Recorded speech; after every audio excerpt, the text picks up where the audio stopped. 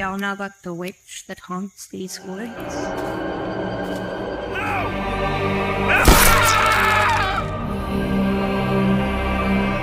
Matthew started getting suspicious. Tell me on that one, boy. That was cool.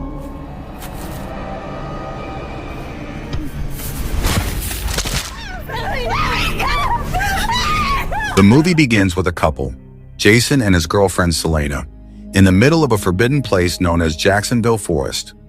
Selena takes Jason into their camp and begins sharing a private moment with him. However, her feelings are interrupted when she hears a noise outside. She asks Jason what it was, and he replies that since they are in the woods, it is probably just a stick snapping. Trusting her boyfriend, Selena continues. After a very short while, the same sound comes again, forcing her to hold back her desire. Jason is frustrated by this, so he steps out of the tent to investigate. And after walking a few steps, he spots a mysterious figure standing in the distance. In the blink of an eye, the figure vanishes into thin air. Selena comes out of the tent and insists that she wants to go home. Jason assures her that he will keep her safe at any cost and tries to calm her down. Suddenly, an arrow speeds through the air and pierces Selena's head, killing her instantly. The scene then shifts to the detective department, where Detective Womack and his colleague Wayne are reviewing a report. That's 4. Wayne informs Womack that 4 people have gone missing in Jacksonville Forest over the past few months. At that moment, a young woman named Piper Strickland arrives and asks about her missing brother Jason, who disappeared in the forest 2 weeks ago. To her shock, Detective Womack tells her that they still haven't found a single trace of him in the Forbidden Woods. Furious, Piper declares that she will search for Jason herself and storms out of the office. She then meets her best friend Mallory and complains that the police are not taking Jason's case seriously. Just then, Mallory's boyfriend David shows up and crudely remarks that Jason is probably already dead. Enraged, Piper lashes out at him and Mallory steps in to calm her. Wanting to help her friend, Mallory suggests that the two of them go to Jacksonville Forest to look for Jason. Piper is deeply concerned, not only because Jason is her only brother, but also because their parents have already passed away, leaving her with no one else to call family. Back at home, Piper looks at a photo of herself and Jason placed on the counter before heading to take a shower. Later, she lies down and drifts into sleep. In her dream, Jason argues with her about the expenses of their parents' funeral, but assures her he will return by Monday to discuss it. He then leaves to go pick up Selena. Suddenly, Piper is awakened by a knock at the door. Standing outside is her boyfriend Cody, who admits that he always tries to be a good partner but lately feels ignored. Piper confesses that ever since Jason went missing, she hasn't been able to focus on anything else, which even cost her her job. I got fired yesterday. What? So sorry, Pipes. I talked to Detectives Parlor in Womack today. So what are you going to do now? He then tells Cody that she and Mallory are going into Jacksonville Forest the next day to search for Jason. Alarmed, Cody warns her not to go, explaining that the forest is vast and that nearly 70 people vanish there every year. Despite his warning, Piper's determination compels Cody to join her, and their conversation ends with a moment of intimacy. The following day, Mallory and David arrive outside Piper's house in their truck. Piper and Cody join them, and the group heads out. On the way, they stop at a store to buy camping supplies. Inside, Piper notices a wall filled with photos of people who went missing in Jacksonville Forest. Meanwhile, David sneaks a packet of cookies, then later makes an inappropriate comment about Piper to Cody, sparking tension. Cody nearly loses his composure.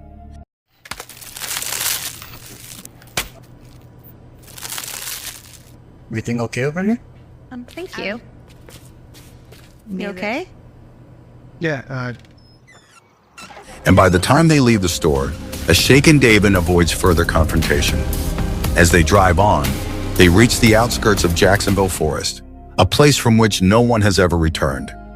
Excited and careless, David pulls out his phone and starts recording a vlog for his followers, as he is a YouTuber.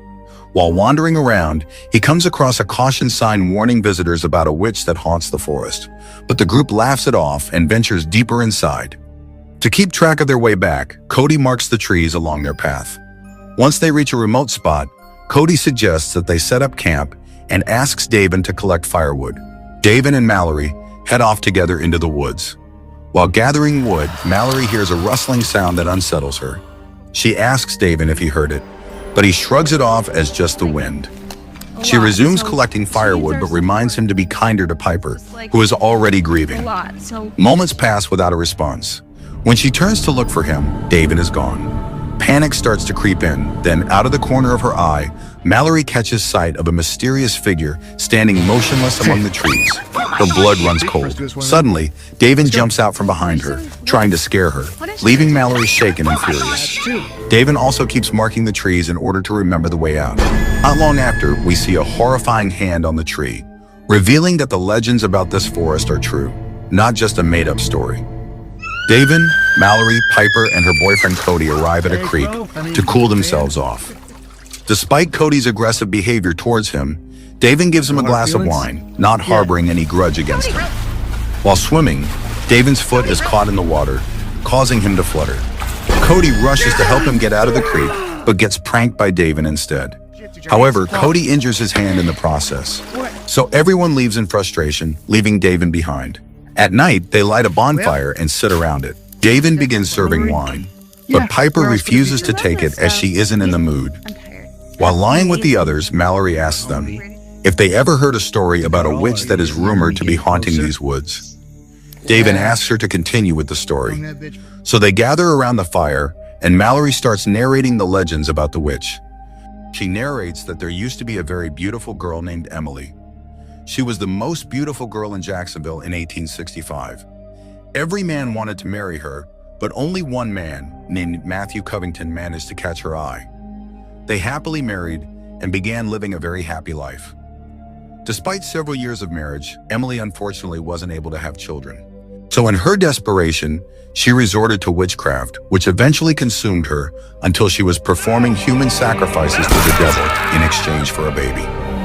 Matthew gradually started getting suspicious of her, thinking Emily had gone insane. So one day, he decided to follow her into these woods and witnessed her performing a sacrifice. In horror, he ran to the town council and told her the reality about Emily. Hence, they came to her house, dragged her out, and hung her. Ever since then, she has been haunting these woods, killing anyone who dares to enter it and sacrificing them to the devil. Piper feels sorry for Emily, prompting David to call her crazy. This provokes Cody to give him a blow, knocking him down. Mallory flies into a rage and asks David to apologize to Piper for his irresponsible behavior. David agrees. Afterward, Mallory and David start making love inside the tent.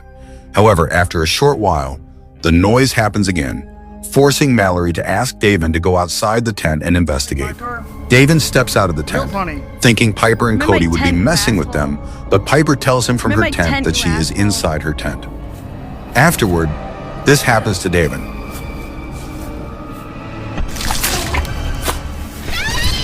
What's the matter with it? I don't know.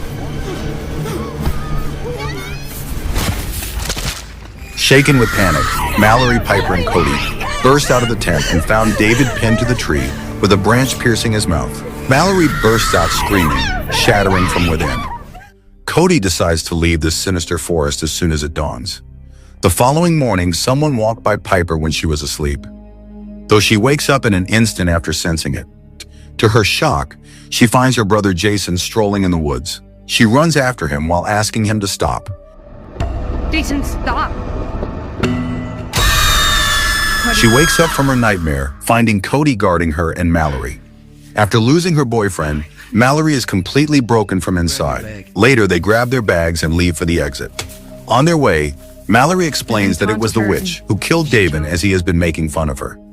Piper doesn't believe this and says it is just a fabricated story and nothing more. After walking some distance, Cody and the others find themselves lost after returning to the starting point. Here, they don't find David's body against the trunk and become panicked. Mallory goes off the deep end, blaming Piper for everything. From now on, she goes her own way, leaving Piper and Cody on their own. Mallory arrives at Rivulet and starts washing her face, unaware the water is gradually turning red. Scared, she begins rushing back to Piper and Cody, but finds herself lost. So she calls out to Piper for help. Shortly afterward, Mallory encounters the same witch in the forest who has been haunting and killing the trespassers. Soon, she begins to be dragged down by the devilish roots, though Piper and Cody rush in and pull her out of safety in time. Mallory's hand is severely wounded in her encounter with the witch. She tells Cody and Piper that the witch will not let them escape from the forest and eventually kill them. However, Cody doesn't believe in the existence of any witch in these woods and continues to argue with Piper about it. In her deep sleep, Piper hears the scream of a woman and immediately wakes up. She gets up and goes to investigate. Jesus Christ, Mallory. Come on. Let's go back to sleep. Piper, Mallory, and Cody leave the camping site and head to the creek, hoping that they would run into someone there who would help them get out of these woods. Mallory feels uneasiness on the way, so she sits down on the ground. Then, she unbandages the wound only to find it infested with maggots. This causes her to throw up immediately. Cody approaches her and asks her to bite down on his belt till he treats the infection. Are you ready?